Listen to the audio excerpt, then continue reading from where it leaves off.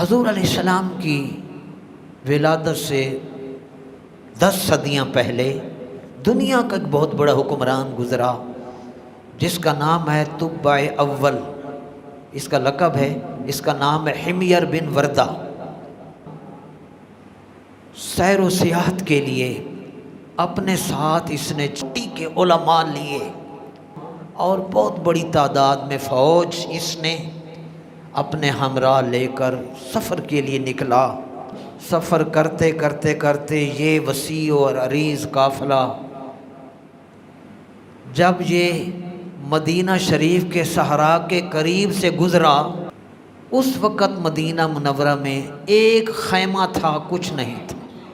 وہ علماء چونکہ توریت کے بھی عالم تھے، زبور کے بھی عالم تھے، انہوں نے جب وہ نشانیاں اس ماحول کی، اس زمین کی، اس آب و ہوا کی، اس پہاڑوں کی، اس ایٹماسفیئر کو جب فیل کیا، ان 400 علماء نے جب وہ کتابوں کے مطابق نشانیاں مدینہ منورہ کی دیکھیں، انہوں نے بادشاہ سے کہا ہم تیرے بڑے وفادار علماء اب تک تمہارے ساتھ رہے ہیں، اب ہمیں اجازت دیں، ہم اس جگہ کو نہیں چھوڑتے، آپ جائیں، ہمیں یہیں رہنا ہے۔ انہوں نے کہا کیا ہوا؟ انہوں نے کہا یہاں ایک رسول تشریف لائیں گے اور وہ رسول وہ ہوں گے جن کا نام نامی محمد صلی اللہ علیہ وسلم ہوگا، وہ ہجرت کر کے یہاں آئیں گے اور بس یہیں رہ جائیں گے۔ چنانچہ اس بادشاہ نے اس نے کہا اچھا یہ جگہ اتنی اہم ہے، مدینہ میں پھر ایک بستی بناؤ، یہاں ایک شہر بناؤ، 400 مکان بناؤ، 400 مکان بن جائیں، بن گئے۔ اس بادشاہ نے ایک حضور کے نام، اس بادشاہ نے ایک خط لکھا، اس نے خط لکھا اور 400 علماء میں سے ایک عالم کو دیا کہ میں جا رہا ہوں، وہ جب آئیں، وہ محبوب جب آئیں، اس محبوب کی خدمت میں یہ میرا خط پیش کر دیں۔ ایک میں ہی نہیں ان پر، ایک میں ہی نہیں ان پر قربان زمانہ ہے، جو رب دو عالم کا محبوب یگانہ ہے۔ 10 صدیاں گزری، اس بادشاہ نے وہ خط جس عالم دین کو دیا تھا، رسول اللہ کے میزبان اول حضرت ابو ایوب انصاری رضی اللہ عنہ، اسی عالم کی اولاد میں سے تھے۔ اب سنیے وہ خط حضور تک کیسے پہنچتا ہے اور حضور کیسے اس کو پہچانتے ہیں۔ حضور پاک پیدا ہو گئے، جب حضور پاک صلی اللہ علیہ وسلم نے اعلان نبوت فرمایا تو دھوم مچ گئی کہ پیغمبر آخر الزمان تشریف لے آئے۔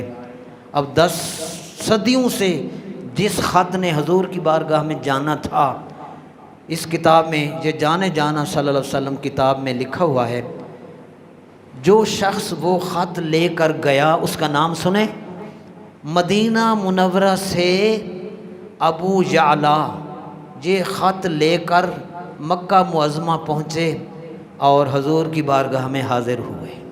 اب بہتر چاہیے تو یہ تھا کہ حضور صلی اللہ علیہ وآلہ وسلم کے پاس وہ پہنچتے، سلام کرتے، بیٹھتے اور پھر حال حوال دیتے اور اپنا حال بتاتے کہ میں وہ ہوں، تو پھر فرماتے حضور اچھا شکر آپ آ گئے، مہربانی، آپ بیٹھیں۔ قانون یہی ہے نا جی، جب بھی کوئی نیو کمر آتا ہے تو وہ اپنا تعارف وہ خود کراتا ہے۔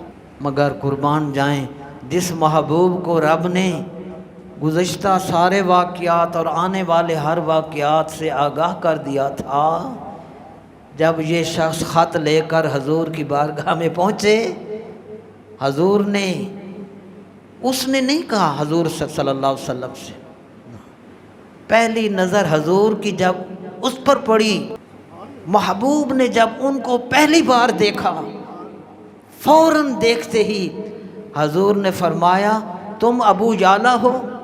وہ جب حضور نے ان سے ان کا نام بتا دیا، تم ابو یعلا ہو، وہ حیران رہ گئے۔ ایک پھر دوسرا جملہ سرکار نے فرمایا طب اول کا خط لے آؤ. کیا بچ گیا؟ نام بھی بتا دیا، خط بھی لے آؤ. جب اس نے خط پیش کیا، حضور نے حضرت علی رضی اللہ عنہ کو حکم دیا پڑھ کر سناؤ. 10 صدیاں پہلے کا خط کھولا گیا. جب پڑھ کر سنایا گیا، میرے محبوب کے چہرے پر تبسم آیا، حضور کی خوشی کی انتہا نہ رہی. خوش ہو کر حضور نے فرمایا نیک بخت بھائی شاباش، نیک بخت بھائی شاباش. معلوم یہ ہوا کوئی محبت جہاں بھی کرے حضور شاباش دیتے. اور اس کتاب میں لکھا ہے حوالہ، آج بھی تاریخ میں یہ خط موجود ہے. لکھتے ہیں مفہوم قرآن تو موجود ہی ہے، یہ خط بھی موجود ہے، یہ بھی سرکار کا معجزہ ہے.